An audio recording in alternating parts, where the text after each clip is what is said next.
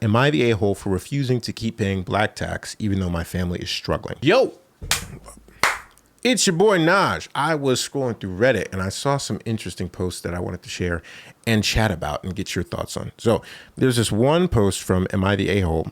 And it goes, I'm a 28-year-old African woman working in a decent job as a teacher. I'm not rich, but I'm doing okay. Ever since I started working, I've been expected to help out my extended family, paying for groceries, covering school fees for cousins, sending money to my mom monthly, etc.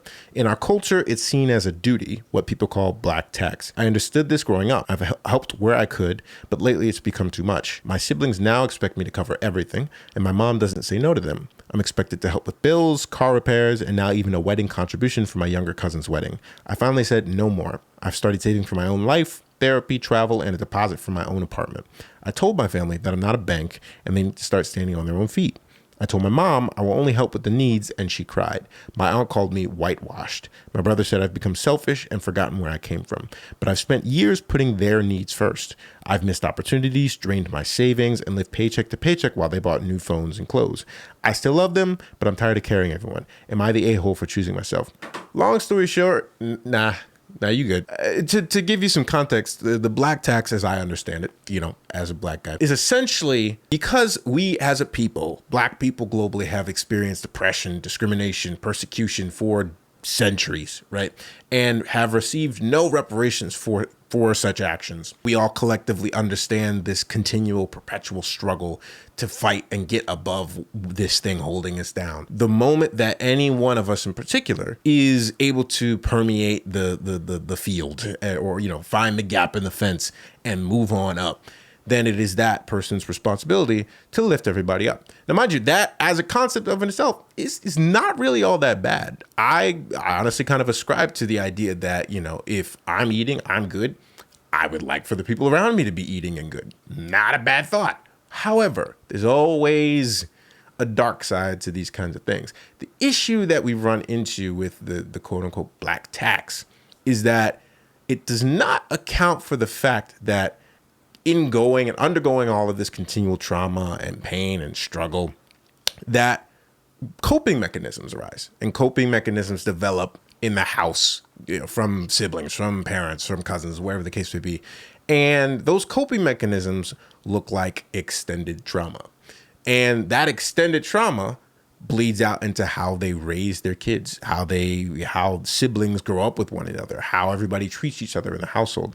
And so the average, I won't say average, a black person living in poverty is going to be dealing with several layers of oppression that are not limited to race or class or age. There's so many levels of trauma that a young black individual, male or female, especially female, is going to undergo. And you would hope, the hope is as a child that your parents are going to be the ones to kind of give you some sort of relief from that. But lo and behold, more often than not, your parents can be key perpetrators of said continued trauma in how they treat you, how they approach, how they think about money, how they think they should raise you up, what you're expected to do around the house, what you're expected to say or believe or feel, right? All of that is kind of ignored with the black tax. It just says, well, we all struggled, so let's all help each other out. But it ignores how people behave as a result of said trauma and as a result of lack of accountability or willingness to change and move forward from said trauma. So you'll often have a situation where you have, X amount of siblings or, kids that grew up in poverty in wherever they could be the hood, could be in the country, it could be wherever, but they grew up rough, right? And from a young age, they were helping the family. And I'm not talking like even 6, I'm talking like 8, 7. You have stressed, traumatized, emotionally stunted kids grow up into teens, grow up into adults, have kids, and not know how to end that cycle. And so now it just repeats itself. And so you have these parents, you have these family members that are in this space of, well, we all are doing this for the greater good. And it's all for us. And the moment anything deviates from that, there's this internal panic. There's this, what do you mean it's not for us? What do you mean, what's yours isn't mine? I raised you. How could you say that? How dare you? And Black parents, Black families often tend to take autonomy as an attack, right? Any sense of removal of stasis or removal of resources feels like a threat, even if it's your own family. The people that are supposed to be taking care of me, taking care of these kids, the people above that are supposed to be taking care of the ones that come next, now see them as a threat. And so if you, as the one being raised up, decide, what happens if I just save for myself for a second, or if I want to go to college, or I want to go see a concert, or I want to get some nice clothes for myself, it's now an affront. Now you've betrayed the family. Now you've betrayed the people that raised you up. So now they've dealt with prior trauma and prior oppression, and now they're dealing with this betrayal from their own kids. How dare you? This sense of resentment sets in.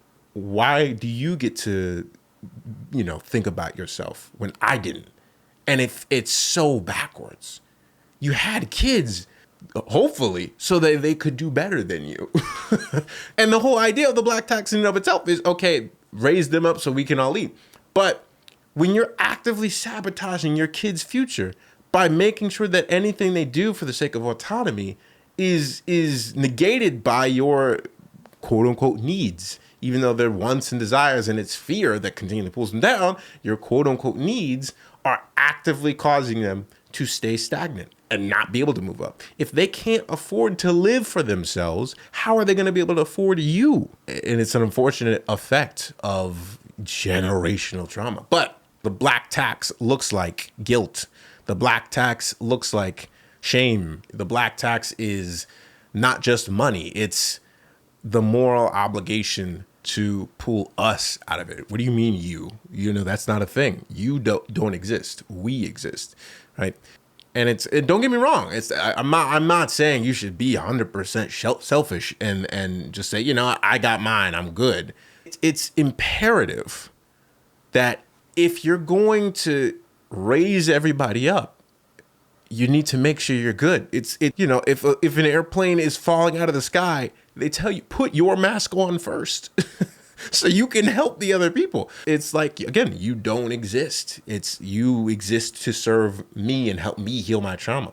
And you separating or deviating from that thought at all feels just criminal, right?